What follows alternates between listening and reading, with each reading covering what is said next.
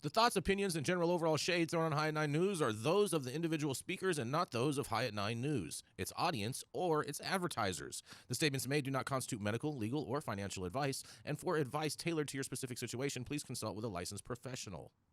Welcome to the High at 9 News Hour, where you will hear from cannabis industry experts and professionals from around the country talk about important topics while shining light on global issues and discussing cannabis as it relates to politics, regulation and reform, data and technology, science, research and medicine, family and parenting, art, celebrities and entertainment, fitness, sports, mental health and wellness, and plant-based medicines and entheogenics. Together, we are building a stronger community, fighting the stigma and creating change. With your hosts, Jason Beck and Rico Lamitte, joined by special industry expert correspondents from around the country, and daily antics brought to you by Cannabis. Coming to you live every Monday through Friday at 9 a.m. Pacific Time and high noon on the East Coast. And thank you all for getting high at 9 with us.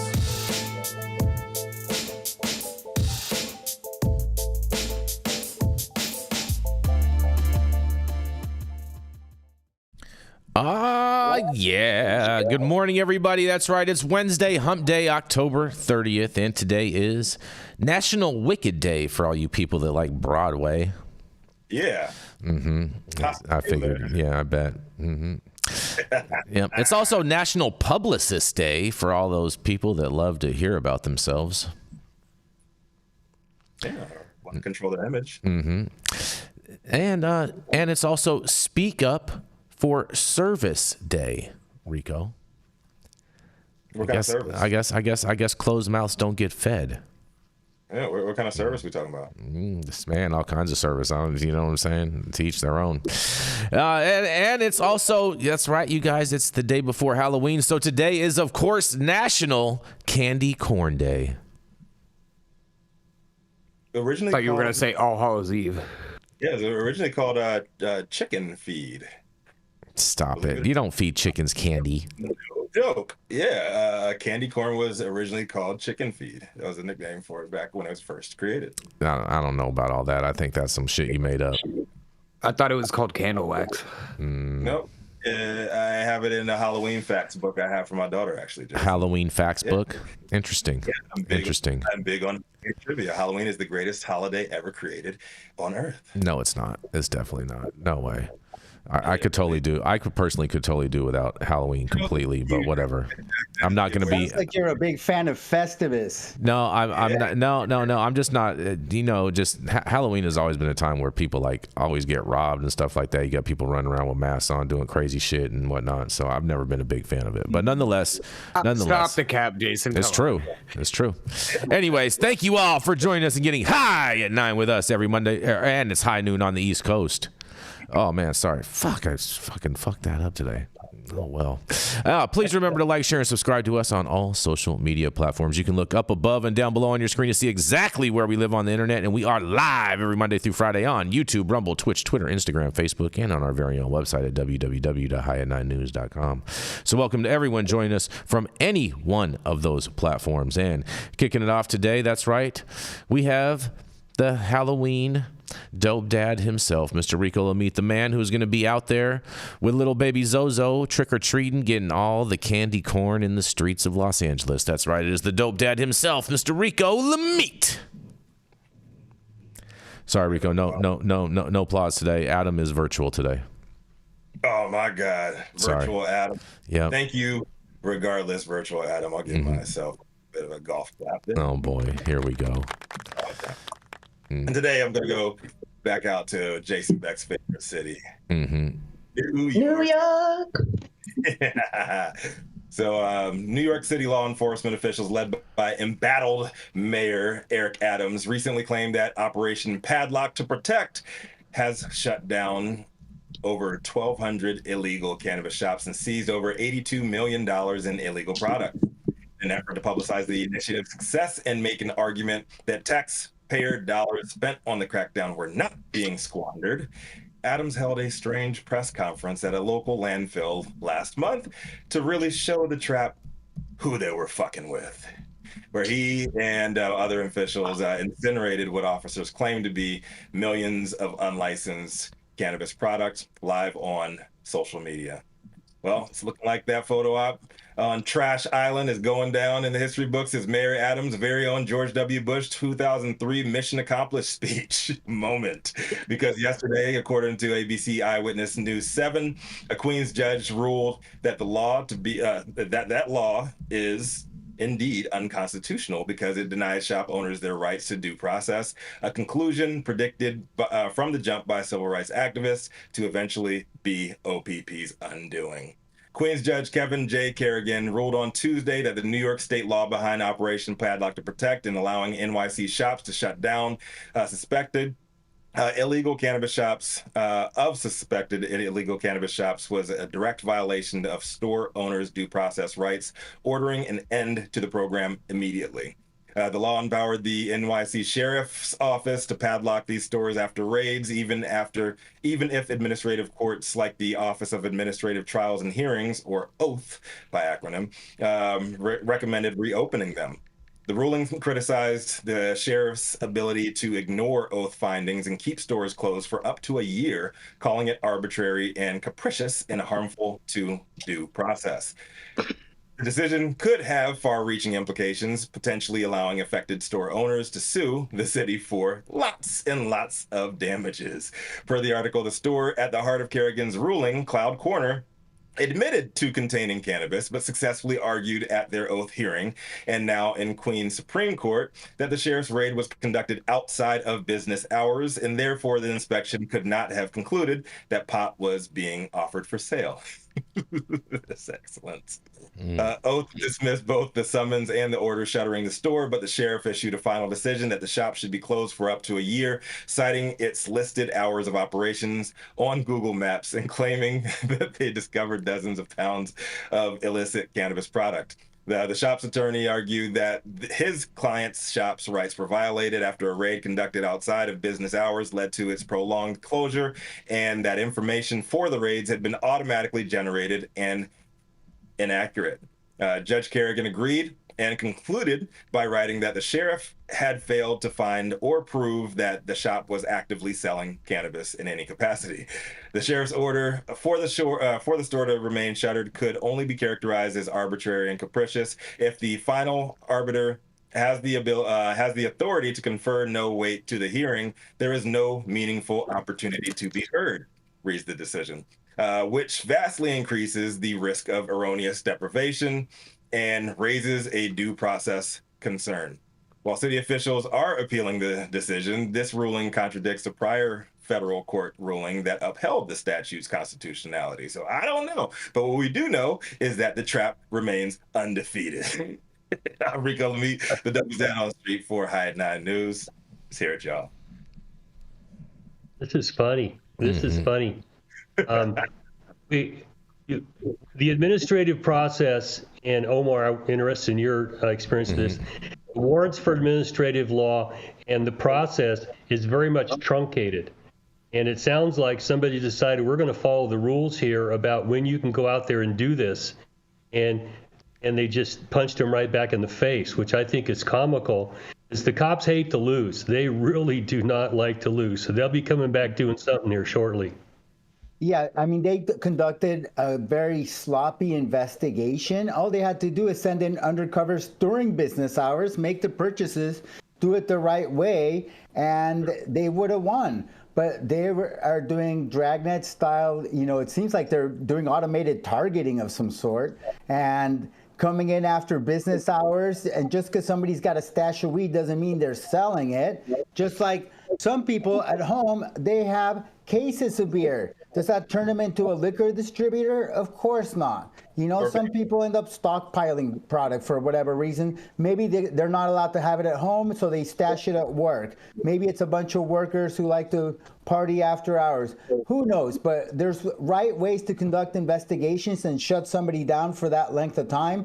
And the way they did it in this case seems kind of sketchy to me, and just shows sloppy police work leads to shitty results for the police. Surprise, surprise.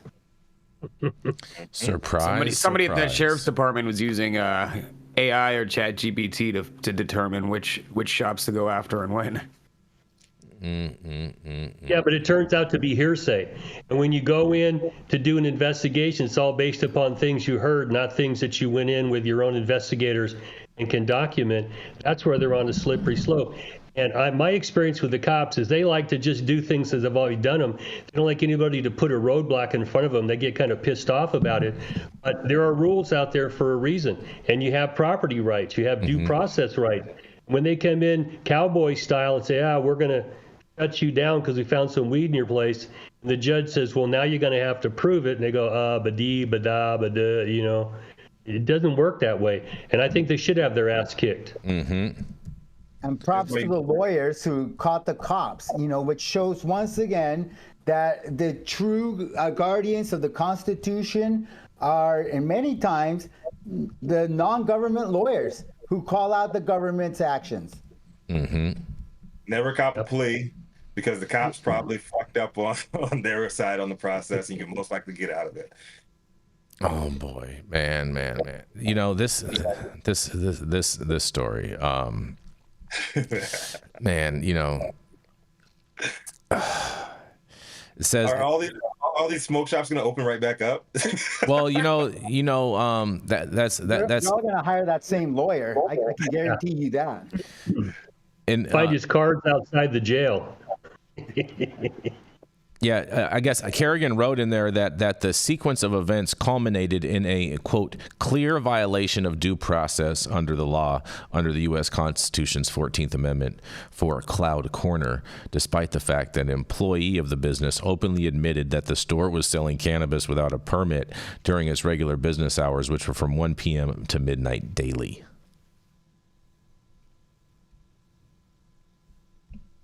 When did they, what time did they say to me?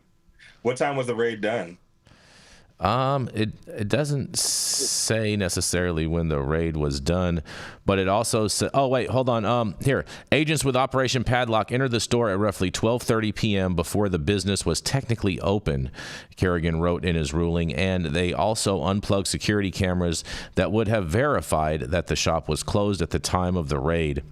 That meant the summons used by Miranda to justify the 1-year closure of the shop was void, Kerrigan wrote in his ruling. You know what? My old football coach used to tell me, man, those guys across the field that you're playing against, they on scholarship too. And here's interesting. In a quote, the court acknowledged that the unlicensed sale of cannabis within the city of New York represents an enormous public health concern, Kerrigan wrote, and this decision should not be interpreted to condone such unlicensed activity. However, summarily shuttering a business for a year, despite the fact it was exonerated from allegations of illegal activity, stands against the cornerstone of American democracy and procedural due process, the judge said. What do you think about that, Omar? I think that's a great ruling. The judge is basically enforcing the law and making sure that the cops also follow the law. And all they got to do, I mean, for them, it's like shooting fish in a barrel. All they got to do is send in undercover cops, make a couple purchases, you know, and then they can proceed any which way they want, either civilly, administratively, criminally, any which way they want. And so the fact that they're just kind of doing this dragnet investigations really shows that, you know, the police ought to do some old-fashioned police work instead of relying on automated targeting. You know, I wonder if this is going to have any effect on the story that we covered, that Rico covered on Monday and we covered on Friday about the $9.5 million judgment that New York got against that other gentleman. Well, yeah, I mean, everybody is going to try to appeal whatever action has been taken against them. I think after this, they're going to have a legal basis to do so, though, wouldn't they, Omar? Depends on the facts of the case. You know, if the cops have been as sloppy in every investigation as they have been in this case, then they got lots of problems. But if this is an outlier, maybe it's just going to be a rare exception. I don't really think it's an outlier.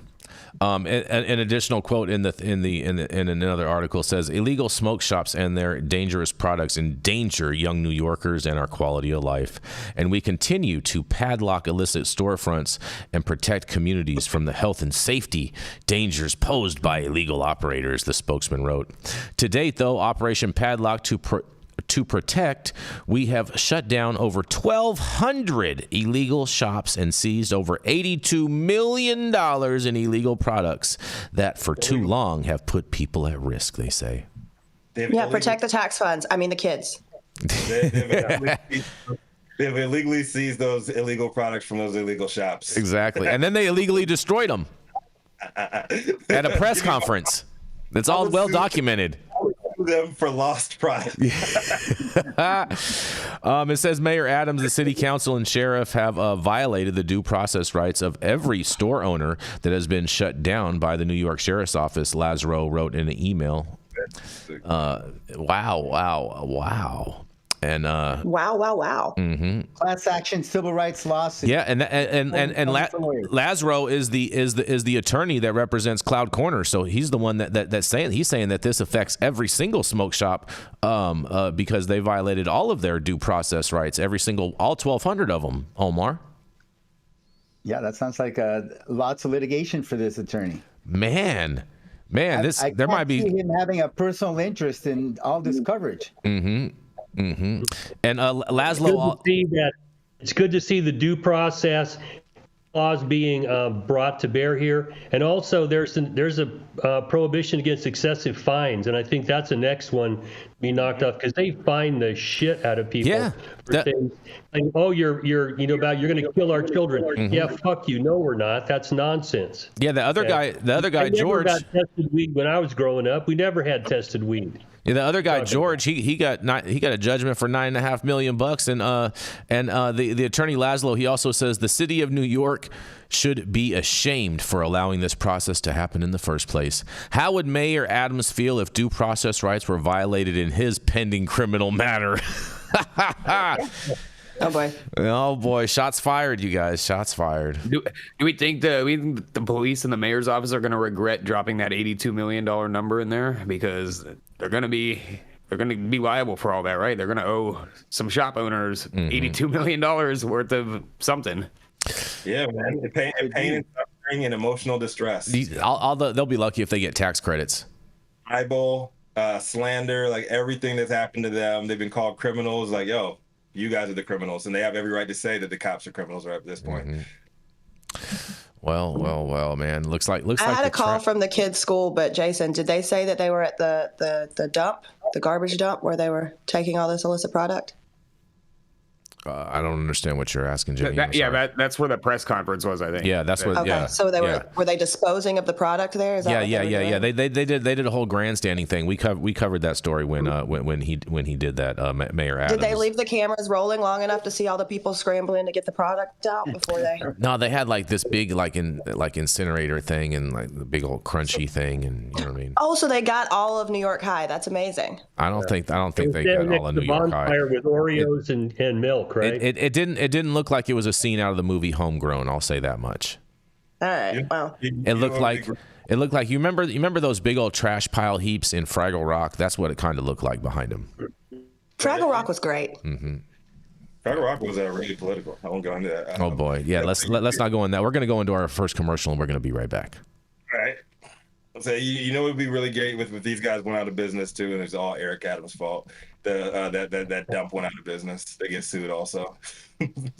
Oh my God! If they have a federally sponsored lease on that or lien on that dump, Adam, you got now they've done cannabis business. Oh man, that was weird. Hey, you America! Do I look like Sean Connery?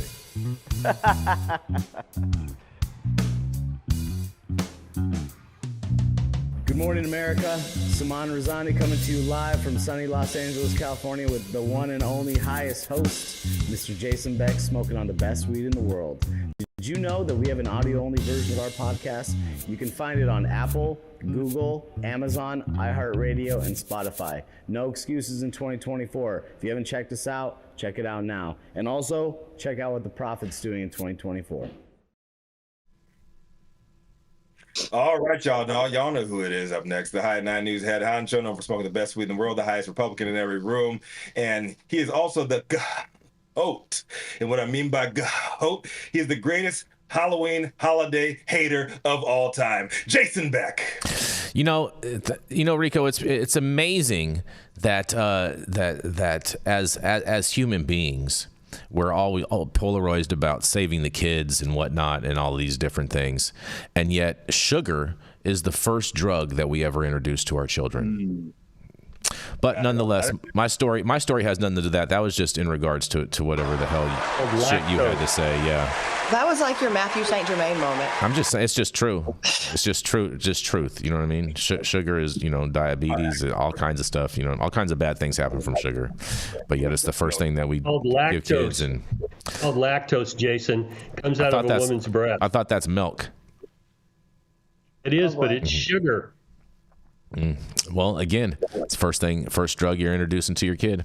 But it also contains the same CBD you find in weed. Look at that. So mothers are the baby's first drug dealer?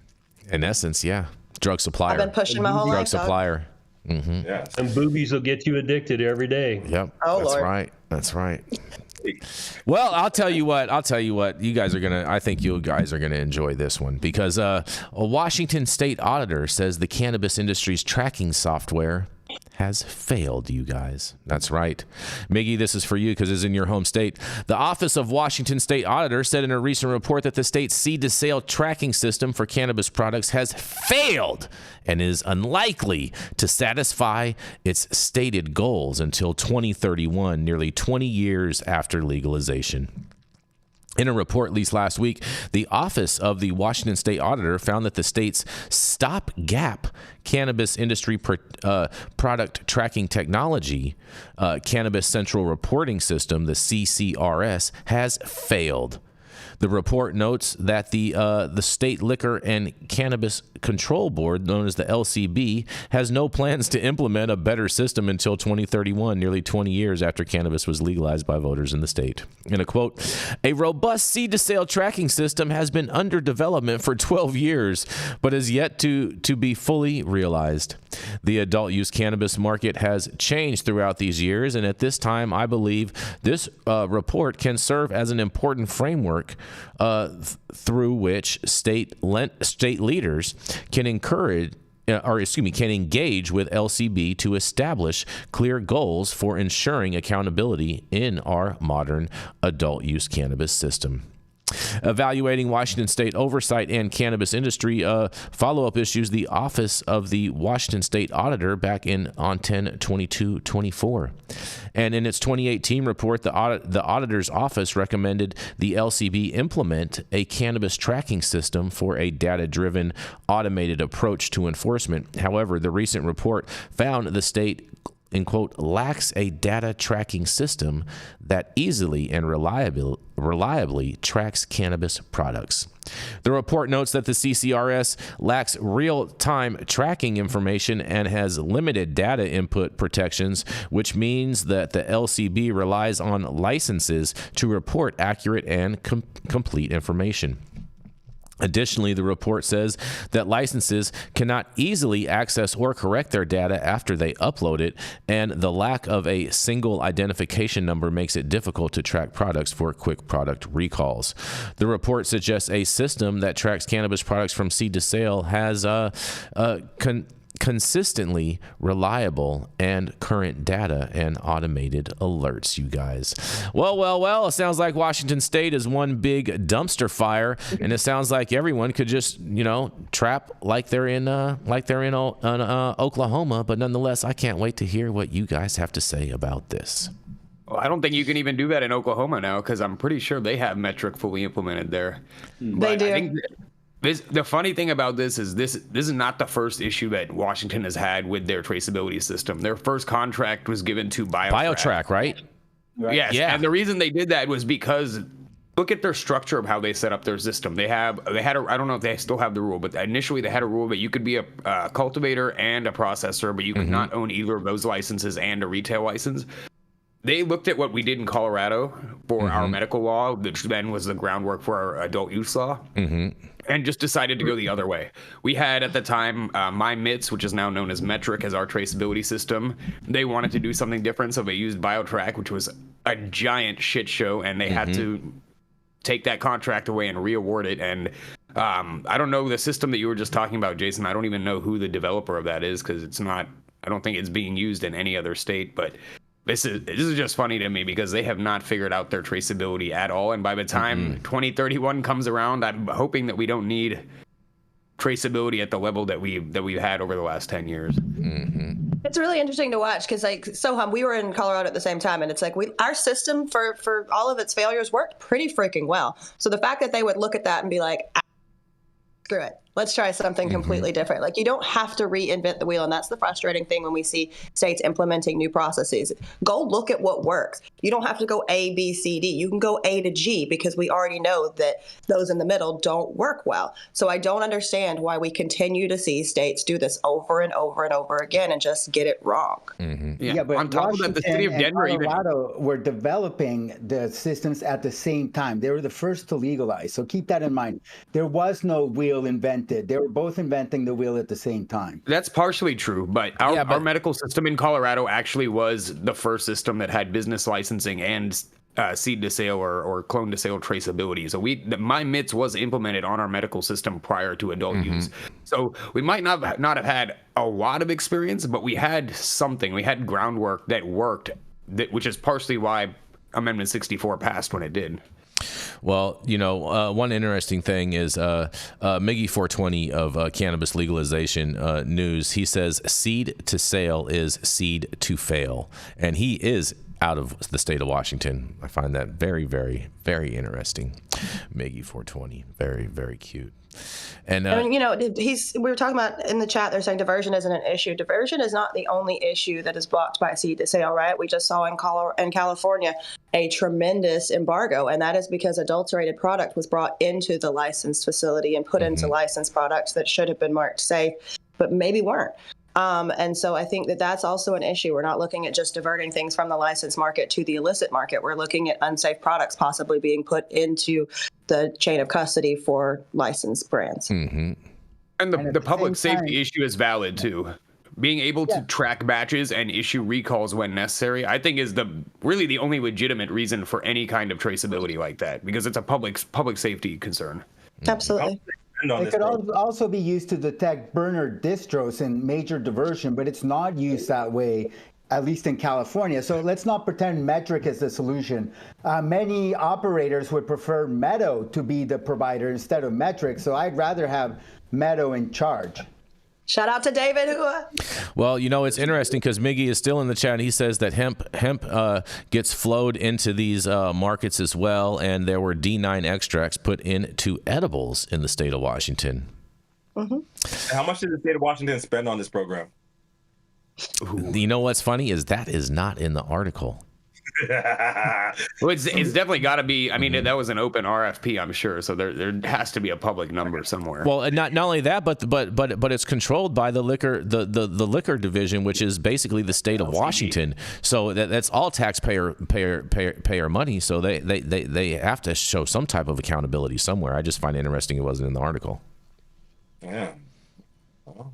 I just think it's comical. That basically every computer system a state takes on is a piece of shit. And I don't know why that keeps happening. You wonder who's getting paid off that's making these decisions. It doesn't seem to be that hard for businesses to bring in these systems that can keep track of their own inventory. But when it comes to the state, they just screw this up royally. And the reason for that, Dale, is because we have a habit in this industry of rebuilding technology from scratch, including point of sale systems, which has always blown my mind. Why are we building brand new point of sale systems? Those have existed forever. They should be able to be scaled from other verticals into cannabis. And it's the same thing with traceability and regulatory software. We shouldn't be building them from scratch. And that's why most of these systems are pieces of shit, because they're less than 10 years old. And by and large, they're not necessarily built by super experienced tech professionals, or they're built by tech professionals who don't know jack shit about cannabis. Well, why can't, because Sohum, then the Chad bros can't have their own little piece of the pie. Yeah. Thank you for saying that. You just on that one, Jenny Beth, and they know how to sell to people who like shiny objects. Like all these, your POS is a digital cash register. It's designed to count your money, keep you compliant, keep things in place. But they just want to sell on features, and people want to buy on features, and people keep on saying that they want to buy on features. They're going to keep on selling it to them. Which sucks because most retailers don't even know how to use said features, especially the reporting features, right? You have all this ID metadata, which is the most valuable asset in the world, and you don't even know how to look at it to target your consumer to properly stock your store. But I'll get off that soapbox. I'll get right back on that soapbox. Go to happycabbage.io and help you mine your own data out of your POS. That's exactly what we do. Show you where the fucking money is. Oh boy. And on that, we're going to roll. I got one more point. The reality is when some of these other bigger companies like Toast, for example, non-cannabis specific companies, once their risk tolerance goes a little higher, their risk aversion goes down, and they're open to getting into cannabis. Look, I'm not saying there's not any good custom cannabis technology products. There are a few that are out there, but everyone's lunch is going to get eaten when Oracle comes to play and starts buying for federal and state contracts, or Toast comes to play and starts selling their point of sale system in the cannabis industry. Or if we have what is it, the safest banking? What the fuck iteration are we on now? Safer banking. I believe Square is just going to come over and take over everything. So Square needs to give me my money back that they stole in 2018. Technically, the Squares already have taken over, Rico, because we're full of chads in this industry. But nonetheless, we're going to roll right into attorney Mr. Dale Schafer. He's the founder of Armada Law, and at one point in time did some time for a cannabis crime. He defies gravity by pissing up a rope, and that's right, it is none other than attorney Mr. Dale Schafer. Yeah. Good morning, everybody. Here I am again. Eo Loco, everybody's turd in the punch bowl. Just love to there we go. Make stuff up. Here we go. My story this morning comes out of MJ Biz Daily, and the headline is "Value of a Marijuana Trademark is More Than Just Bag Appeal."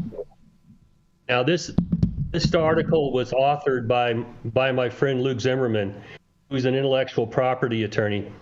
And what this reminds me of, and I want to get this out to all the people out there that are thinking of getting in this industry, when I bring people in that want to start a cannabis business, we go to a cannabis accountant first, because I want the accountant to take a look and see and recommend what kind of a business structure they want to have. The next thing we do is take a look at the potential intellectual property in the business, from trade secrets all the way to trademarks. A lot of attorneys, you can identify the trade secrets, put together non-disclosure agreements, try and protect people's intellectual property that way. But when it comes to trademarks, there's a problem in the United States because cannabis is illegal under federal law. It's a Schedule I drug. The U.S. Patent and Trade Office does not allow you to get a trademark on a cannabis product. But I've worked with Luke many times, and what we do here in California is California does allow you to register a cannabis trademark. So you can get your trademark, but then Luke does a feasibility search at the U.S. Patent and Trade Office to look for names so that you can get merchandise. He'll register your merchandise for you at the federal level, get it registered at the state level, so that as you move forward, you can do the utmost to protect your trademark. Now, for someone operating in a state like California where they allow you to register your state trademarks, it's a little bit of a leg up. But if you're an MSO and you're in multiple states and you're trying to get your trademark protected, it creates a ton of problems. Because if we get to a point where this leaves the status of Schedule I, either to Schedule III or gets clear out of there and goes maybe to ATF, and you will be able to register those trademarks. But once that happens, there is going to be a rush of trademark applications for cannabis products at the U.S. Patent and Trade Office. So what I recommend people to do, if you're starting in this business, is have a top-to-bottom review. Now, Luke's got legal masters in both United States and international intellectual property law. So he's someone I like to recommend, but there are other IP attorneys out there. Omar, you may know some you work with. Oh, my law firm provides those same services. Yes. There you go. There you go. I don't do taxes and I don't do IP. just because I'm old and cranky and say fuck too much. So what I like to do is get people to put eyes on this that know what they're doing. And I'm actually understanding this, but to do deep dives, I let people who run these feasibility, and a lot of people think that they've got some, marvelous name like 420 or Canna or Humboldt or whatever, okay? And the unique names are the ones that tend to survive the trademark disputes. Something like Shazam or something like that. Okay? Because they're so unique, nobody else really has these common names in their trademark. But this is a battle you should start fighting early. Because if someone violates your trademark, then you can get injunctions and orders for disgorgement. There's a lot of things you can do. These are going to be battles going forward. And also, I caution people to have someone review the trademark to make sure you're not infringing on a non-cannabis trademark, because we've seen a lot of people do that out there. They'll sort of capture another trademark, maybe change a little bit of the dressing around the name and the trademark, but it's essentially somebody else's well-established trademark. So this is something you should do early. And Omar, I'm interested in your thoughts and your experience about this, because I want people to be protected and ready for the battles early to protect whatever they work hard for.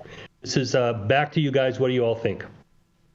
It's absolutely doable and commonly done as an intellectual property strategy, specifically with trademarks. Like you say, you can register at the state level in California, but there's no intent to use in California. So you actually have to have your product in commerce in order to register. But we've done lots of trademark registrations. At the federal level, you cannot register cannabis itself, but you can register legal hemp products. So many of my clients have developed parallel product lines consisting of federally legal hemp products and registered those and gotten those on the principal register. So that's a successful strategy. Registering T-shirts is not going to protect your trademark. It doesn't protect your IP? The T-shirt idea is based on a total misunderstanding of trademark law, and so that will not protect your IP because there's classes for trademarks. So you might register your T-shirts, for clothing, but that only shows the source of the goods. So if you're putting that tag on the clothing itself, yeah, it would protect it. But just having a T-shirt with whatever trademark you want emblazoned on it and registering that's not going to protect your cannabis trademark. And so, something interesting that my law firm did, this was a pro bono project. We got the first certification for the equity trade certification. And that's for businesses to show that they're equity trade businesses. Kind of like we were inspired by the Fair Trade Coffee certification. And so we registered with the U.S. Patent and Trademark Office, and it's now recognized the equity trade certification, and it's used by many equity operators to get their products on the shelves and to stand out in a crowded marketplace. Interesting. Very interesting. You have any thoughts on this, Jenny? I don't have a lot. No, Sheila Gibson's also another amazing IP attorney, and I love each good lady.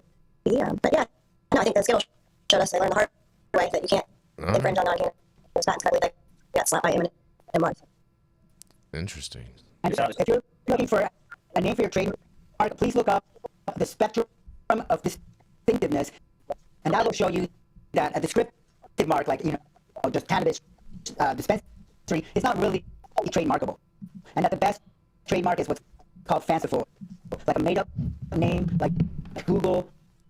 That's the most distinctive type of trademark name. Like Shazam, one of those made-up words.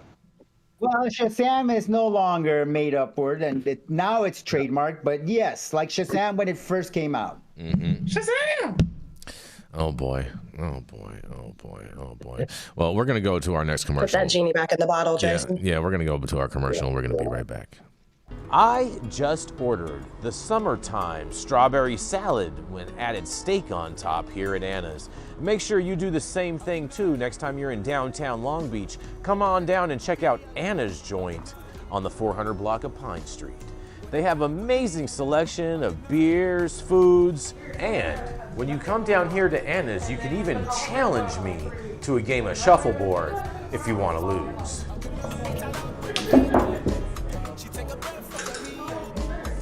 Did you get that?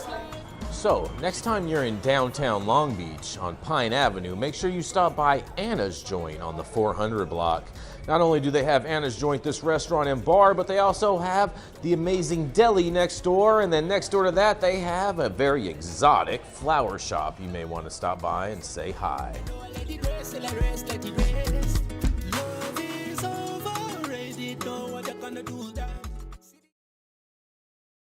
All right, stop whatever you're doing. Make sure you smash that like button. I know we'll appreciate it, you'll appreciate it, and YouTube will appreciate it. Also, make sure you subscribe to the channel if you're not subscribed already. And all of the articles that we cover on today's show, you can read on our website at www.highat9news.com. And again, I do want to encourage everyone. We are trying to help the Green Party raise some money. They need to help get their messaging out and whatnot. And so there will be links to the Jill Stein campaign in the description of this video, as well as her whole cannabis policy in relation to. So please go and support the Green Party in their way. Are you a business that's suffering from the hyperinflation that is plaguing America today? We have the solution for you. That's right, Patriot Business Financing. Head on over to www.patriotbfc.com and apply for a loan up to $2 million. Any state, any industry, even the cannabis industry, the CBD industry, as well as the industrial hemp fiber industry. Secure up to $2 million today, and make sure that when you apply, you tell Paul you said hi from High at 9.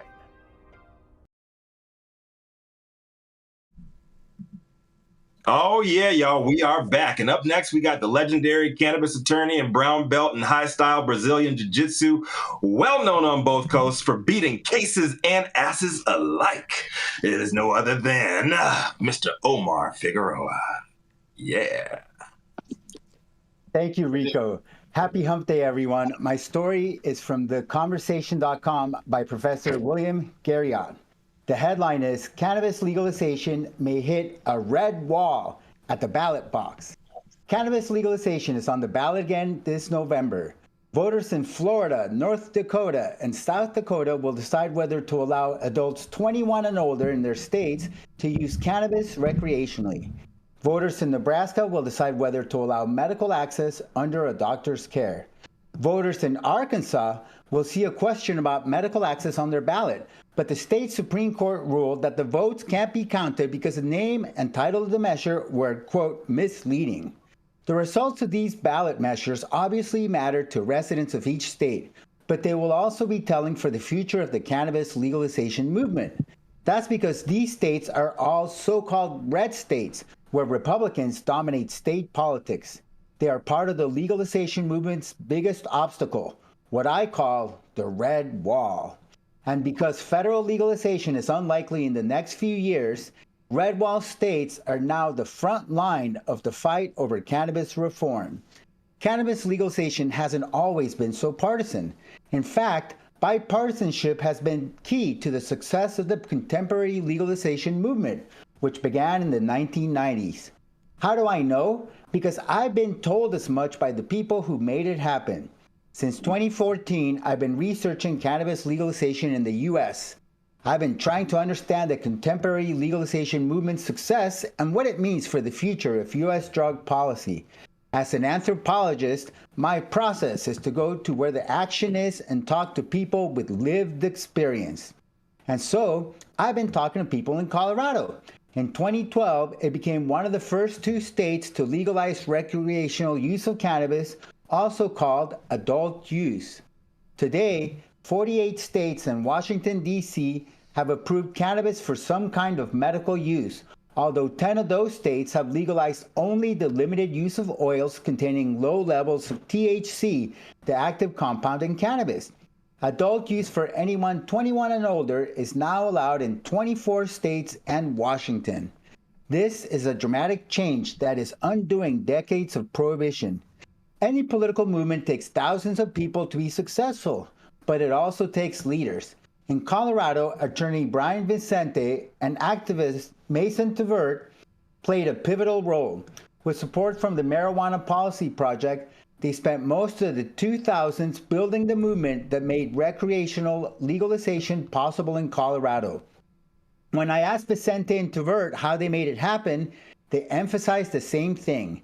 To be effective, they had to build a new kind of coalition. They had to appeal to people who had no personal interest in consuming cannabis. In Colorado, they made the case that marijuana should be regulated like alcohol, with tax money going to schools.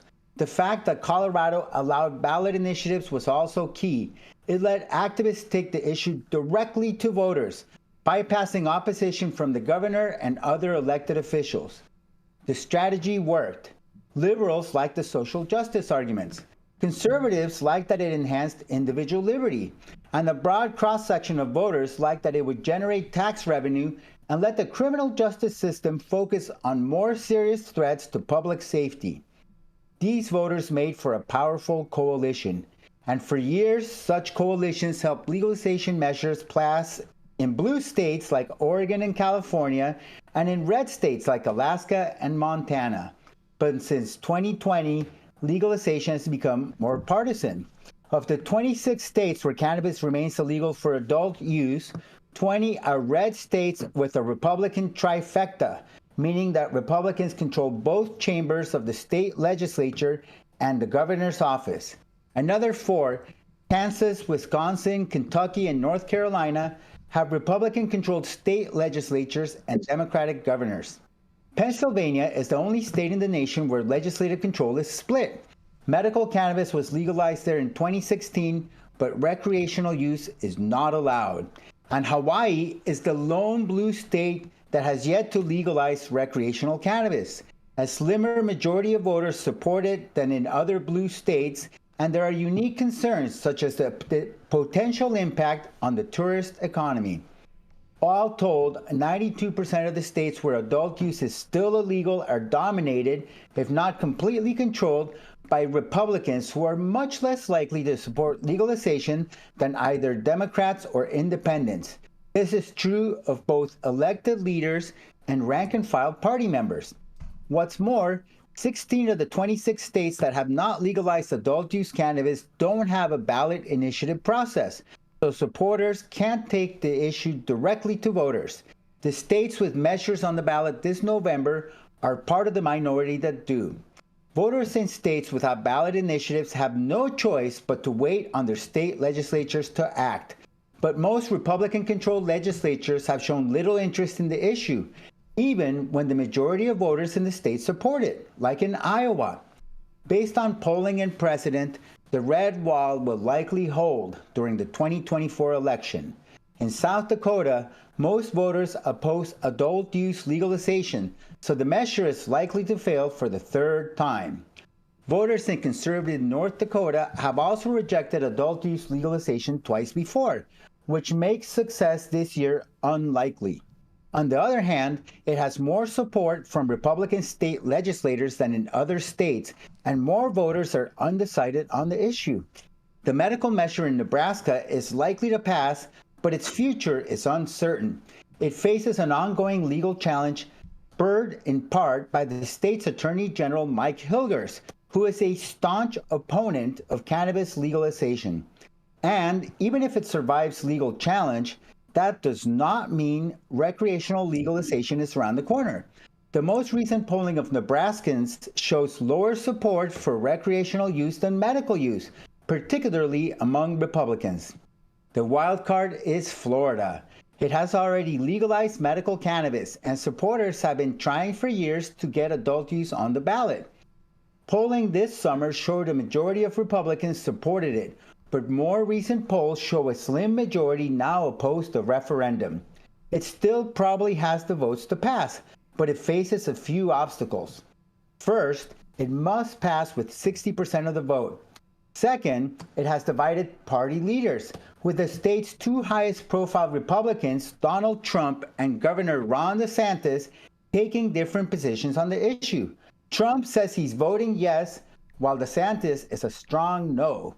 And third, it has drawn the ire of some legalization supporters for potentially giving disproportionate control of the market to a small group of large cannabis companies. The concern is that the amendment as written does not require the state to increase the number of licensed businesses. Only already licensed businesses would be guaranteed the opportunity to expand into the recreational cannabis market. These same companies are the primary funders of the initiative, with Trulieve alone donating most of the more than $90 million raised by the Yes campaign. The company already runs more than 150 medical dispensaries in Florida and is one of the largest cannabis companies in the U.S. Ironically, DeSantis' No campaign has put concerns about corporate control at the center of its own messaging, creating a potential coalition between people who oppose adult use legalization under any circumstances and those who oppose it when there's too much corporate control. Trulieve, for its part, has filed a defamation suit against the Republican Party of Florida over the claims. Unless there are significant surprises this November, legalization supporters will need to find a new strategy to appeal to red state voters and legislators. They will need to take concerns over public health and safety seriously, address the persistence of racial disparities in cannabis arrest and legalization states, tackle the growing corporate influence within the movement, and respond to the moral critiques of people like former Alabama Senator and U.S. Attorney General Jeff Sessions, who feel that, simply put, quote, good people don't smoke marijuana, end quote. The headline is, cannabis legalization may hit a red wall at the ballot box. My take is that an effective approach that may resonate in the red wall states is something along the lines of stop regulating marijuana like moonshine and start regulating cannabis like alcohol. Compare cannabis to legal intoxicants like alcohol and tobacco and their comparative effects on human health. Talk about cognitive liberty, the right to freedom of thought, and how cannabis can be used as a tool to explore and understand the nature of human consciousness. Appealing to freedom resonates with libertarians and free thinkers.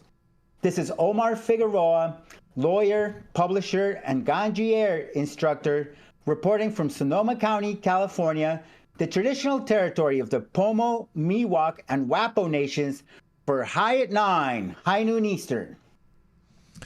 Oh, man. The red wall. Man, it's coming. It is coming. Just a few days away.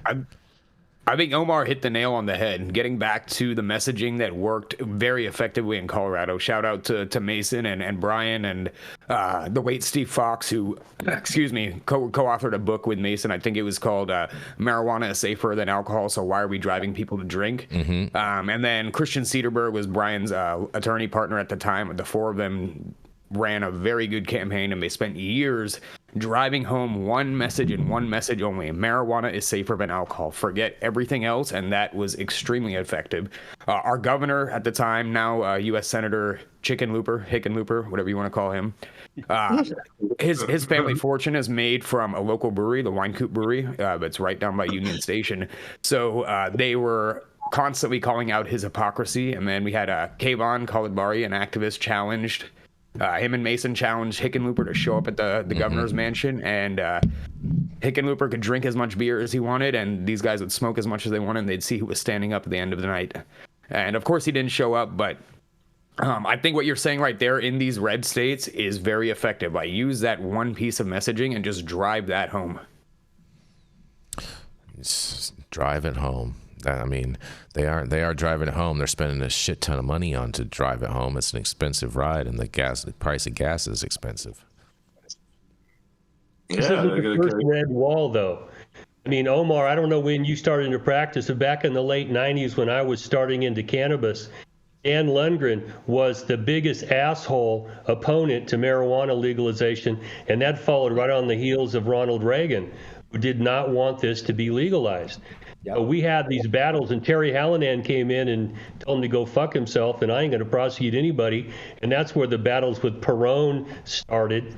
And so we've seen this before, and there are ways to do it. And my family made a lot of money in alcohol, but I think smoking weed's safer than drinking alcohol. So I'm happy to say that from a family that made a lot of money on alcohol and tobacco.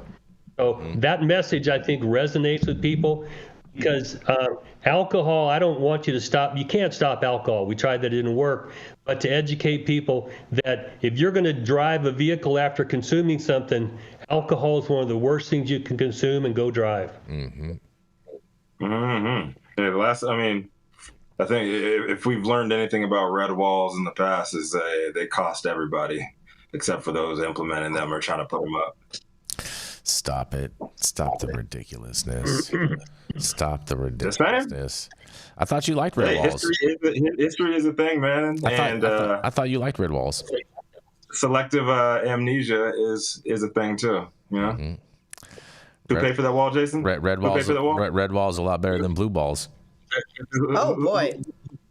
Who paid for that wall? Mm-hmm. What we learned from the past is that we don't learn from the past.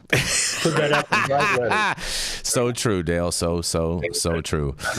Band red, band blue is all about purple and green, baby. Purple and green. And on that, we're going to go to a commercial, and we'll be right back and support the Green Party. The Green Party. That's not an endorsement.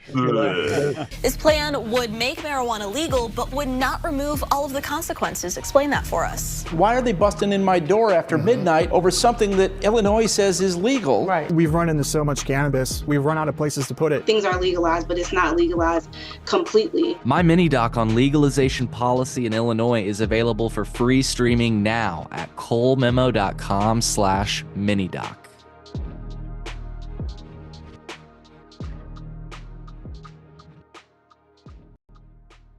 And we are back. Coming up next is Mr. Sohum Shah, who has spent a number of years in Colorado dedicating himself to the cannabis regulated industry in multiple states.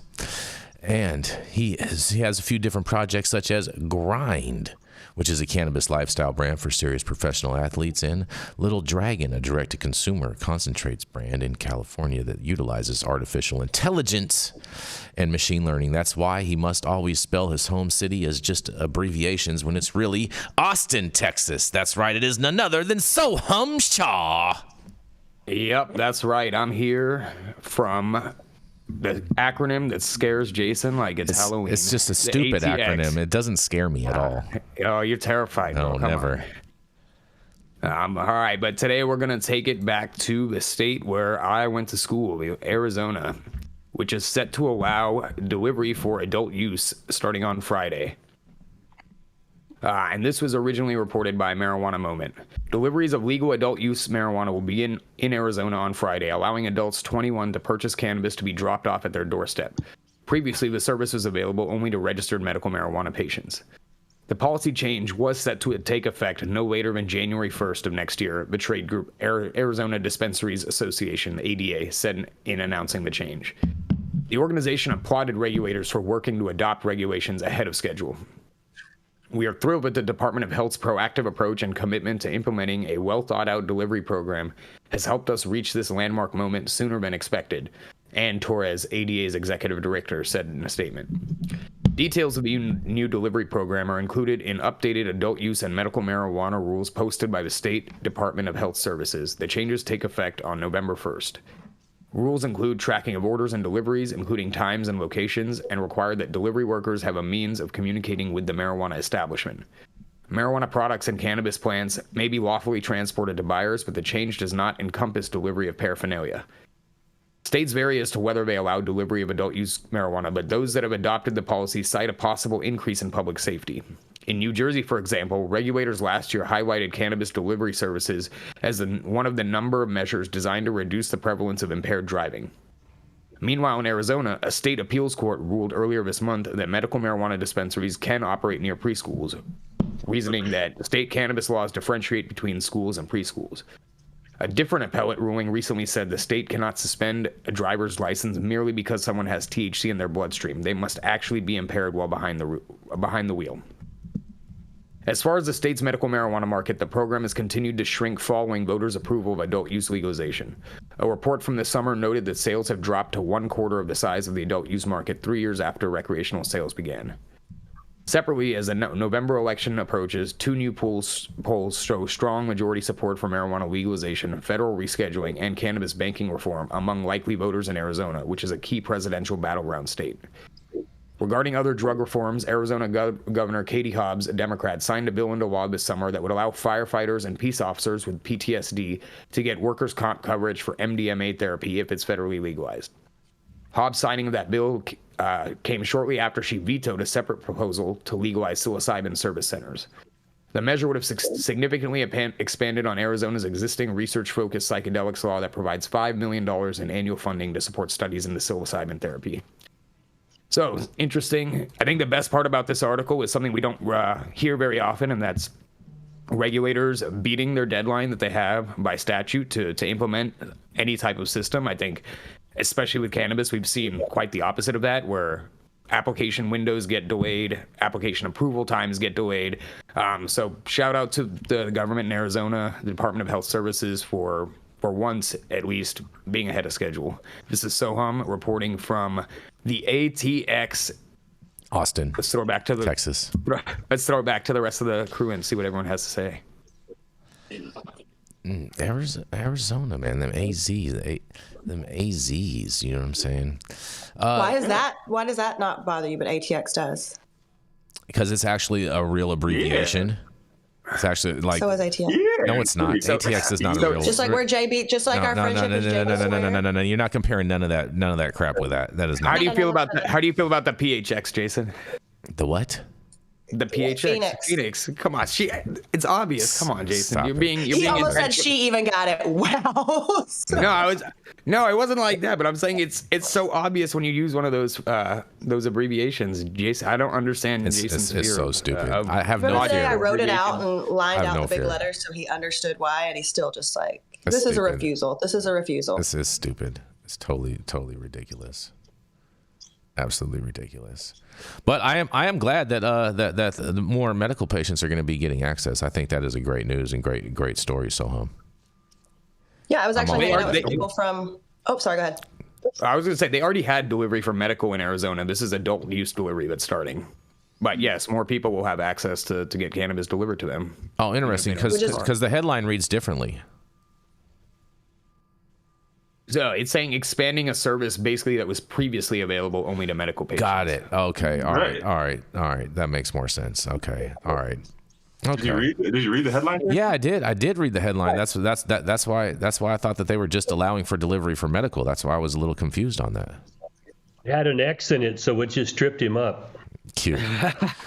Mm-hmm. Shout out to Carrie Lake. I wonder what she thinks about this. Shout out to Carrie Lake. Yeah. Listen, it's a win for access. I had some friends in town from Arizona the other day for a pickleball tournament, because that's a professional sport now. Yeah. Color me shocked as shit. But they were asking if they had delivery there because they were looking for some stuff while they were in town here. And I'm like, just, call a delivery service, have them come to your hotel. Mm-hmm. And they're like, can we do that in Arizona? And I don't think so yet. And now you can. So wonderful. Very quick turnaround on that request. Mm-hmm. Jason almost took that Carrie Lake bait, but he refrained at the last second. I refrained. He's squeezing his fingers together under his desk right now. I think it's what you call hitting the red wall. I'm a fan of Carrie Lake. He hit the red wall and fell in Carrie Lake. Helen bumped her head a couple of times, Jason. No, she didn't. There. She is with it. No way. You are tripping, Dale. She is. That's with his brainworms. What? Oh, man. What is causing that? What is causing that chipmunkness? Sure did. Doesn't sound like that, mate. I'm so confused. I'm sorry. I really don't. Well, it's 80 half his brain already, so whatever's left is not all the cylinders. I really love Carrie Lake's filter that she uses every time she goes live. It's fantastic. No, I had a great time in my conversation when I talked with Carrie Lake. So you know, I mean, you guys can say whatever you want. Yeah. Was that at Mar-a-Lago? No, you can't say we can say. You do say whatever you want, no matter if it's based in fact or otherwise. Everything I say is factual. Everything I say is 100% factual. Rico. Define factual. Correct. Truthful. All of those things. Correct. Yeah. Correct. Like CORRECT. ATX, is that on the fucking airport in Austin? Correct. No, that's correct. factual. Correct. CORRECT. Just for all of you that can't listen very good, correctly. Jason. And all you guys that need a sponsorship from Q-Tips. Very good, Jason. From Q-Tip. Well, just a reminder, just because somebody believes something doesn't mean it's true. No, they felt it in their gut. You know what I'm saying? It's in your gut. I don't care what the polls say. I don't care about anything else. I felt it in my gut that I won this election, so we won this election. Right, Jason? Yeah. I mean, it is what it is. When your butt puckers up, you're not right either. Might be, but it doesn't mean you're always right. Whoa. Data don't matter. Whoa. And Data whoa. don't matter. All right, Rico, you ready? You ready for Jenny's story? Let's do it. Let's do it. So closing that's out today. It is a Southern mother like no other. Jason Beck's very own fellow Republican 4-inch heel is not afraid to check his ass with whatever bullshit he is saying. Y'all know who it is. Jenny Beck Dills closes out today. Mama Bear. I don't what ever you say got? bullshit. I got good news, y'all. I'm very excited. Thanks so much. And I feel like this show's turning into the roast of Jason Beck someday. We're going to pile off my friend. They just say, they like to abuse the disabled. It's okay. Oh, boy. All right. Well, in honor of Veterans Day, Planet 13 is launching a new initiative to support Florida veterans and first responders by making medical cannabis cards more accessible. Through a donation, Planet 13 is teaming up with the Grateful Veteran and Doc MJ to offer assistance with medical cannabis card cost and renewals. This Healing Heroes program will run from November 1st through November 14th, just before Veterans Day, and is available to Florida residents only. Planet 13 is a leader in the cannabis industry and is committed to honoring those who have served. Co-CEO and veteran Larry Schafer expressed his gratitude, saying, "We deeply appreciate and honor our veterans and first responders for their sacrifice and service." To participate, veterans and first responders in Florida can visit the Grateful Veterans website to begin the sign-up process. Through partnerships with cannabis doctors, including Doc MJ, participants will have access to discounted or free medical cannabis card services. This collaborative effort offers a meaningful way for everyday heroes to access medical cannabis as an affordable wellness solution. Veterans and first responders, don't miss this opportunity to receive the support you deserve. Head to the Grateful Veterans website to register early as space is limited. So I just thought this was a feel-good story this morning. You know, obviously a win for access, but a win for access for people who deserve it. We've seen a lot of battles around veterans being able to receive medical cannabis because PTSD is not always a qualifying condition. So I'm really excited for this one, and I will throw it back to you guys. Finally, something we can not argue over. Fair enough. Shout out to Larry. Getting it. Shout out to Larry. Helping support them veterans, man. You know what's weird? That we haven't heard anything from Planet 13 on Amendment 3 down there in Florida. Right. I would have thought they, of all people with their locations down there, that they would be vocal. Well, here we go. Rico made it political. Check your bingo cards, guys. I wasn't really making it explicitly political. I'm just saying, I thought we would have heard something from them on Amendment 3 and supporting that, because they have interest in that too, pushing legalization down there. Yeah. I'm not making it. I think maybe polarizingly political, I should say. I was just saying. I think let's focus on what they're doing. I think they're probably, it's a strategic choice not to say anything, because there's a lot of controversy surrounding the law and the potential monopoly that it creates. So I'm sure they're hoping for it to get passed, but not necessarily coming out the way that True Leaf has. I saw a bunch of people talking about that, saying that once it passes, that they're going to open up it for more and more licenses in Florida, which is kind of like, I feel like it's like way too little too late, because these MSOs already have such a strong stranglehold within the state. You know, True Leaf has, just under 200 stores in Florida alone, and there's a lot of others that have large numbers of stores out there, and just feel like it's a little bit too late. But whatever. I wonder if I feel like even if the legislator did that, Ron DeSantis would veto that. Right? Am I wrong? Yeah. Well, truly, I think they just opened like their 173rd store. Why would Ron DeSantis veto that? That doesn't make any sense at all, Sohum. He's fighting with Kim Rivers right now. Why is he trying to do her a favor? No, he's been vocally opposed to the Amendment 3 campaign. Has he not? That's my whole point. That's my whole point. And if more licenses come on, that's more competition from Kim Rivers. Kim Rivers would not want no more licenses to come online. So why would he veto that? I mean, he's made arguments outside of the monopoly, right? He's talking about how the whole state of Florida is going to smell like weed. So why would he expand access points? Your talking points don't make any sense. You know what? You guys just ruin everything nice that I try to give the family. Mm-hmm. All right. Well, I think it's about time we focus on veterans. Mm-hmm. Absolutely. I'm a veteran, and most of the people I know from the Vietnam era struggle with PTSD. We're still losing 15 to 20 to suicide a day. Mm-hmm.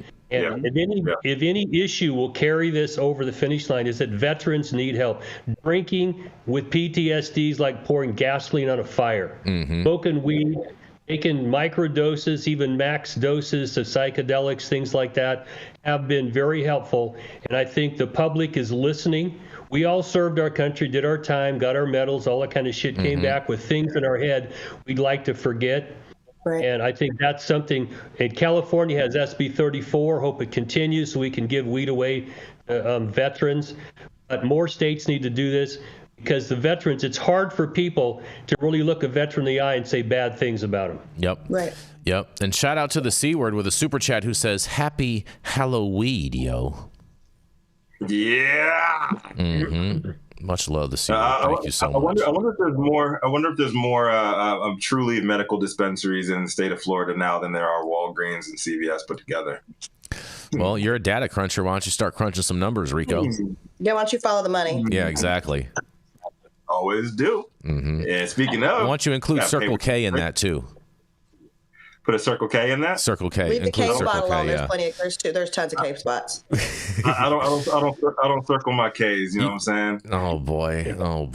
It's a gas station, Rico. Mm-hmm. Mm-hmm. I know what Circle K is. Come on now. Mm-hmm. Come on In fact, it's a gas station that I used to meet people at to selling weed. So K spot counts as a dispensary now. Is that what you meant for at the gas station? At the gas What else am I doing station. at the gas station? You nasty. I'm at least a grocery store girl. Come on, Jesus. On that note, thank you all for joining us for yet another episode of High 9 News. You can catch us live weekdays, 9 a.m. Pacific, high noon on the East Coast. Big shout out to our super fans getting their comments posted live on the big screen and announced by the team. We had the C word with a late one coming in right there. Big shout out to the C word. We have another one on out there today, Jason. That's it. C word, making sure that we don't go, hungry over here. That's right. You know? We're gonna be able to buy some candy for the trick or treaters, bro. Alms for the poor. We're gonna have to give up our Wagyu beef. Sounds like they're just gonna get sweet tarts though, because it was just $1.99. Jason, the Halloween hater. You should be Ebenezer Scrooge for Halloween. Oh, that would be good. But anyways, big love to all the rest of our audience and online supporters catching us across all media platforms, tuning in each day to the headlines of chaos, also known as the developing cannabis industry. Our vetted correspondent team tuning in from all over, bringing us much needed variety of perspective and your respected opinions to the table. Production team, cloud media partners, all the sponsors keeping our lights on and AV struggles to a minimum. Thank you. As always, Cannabis Sativa L, the reason why we show up to read these stories every single day. Thank you as well, baby girl. And it has been Wednesday, October 30th. Hallows Eve 2024. The show's over. You've all been blessed with the top headlines. Hope was enough for you to put in your pipe and smoke at least until tomorrow. My name is Rico Lamitte, the dopest dad on the street for High at 9 News, and today we are going to pop things right back out to my man, Omar Figueroa. Yes, everybody, remember to vote. Get all your friends, all your family. Everybody must vote this election. Whatever your political persuasion, red, blue, green. Please vote. Support the green. And thank you to Cannabis for helping keep the lights on over here. Make America healthy again. Yeah.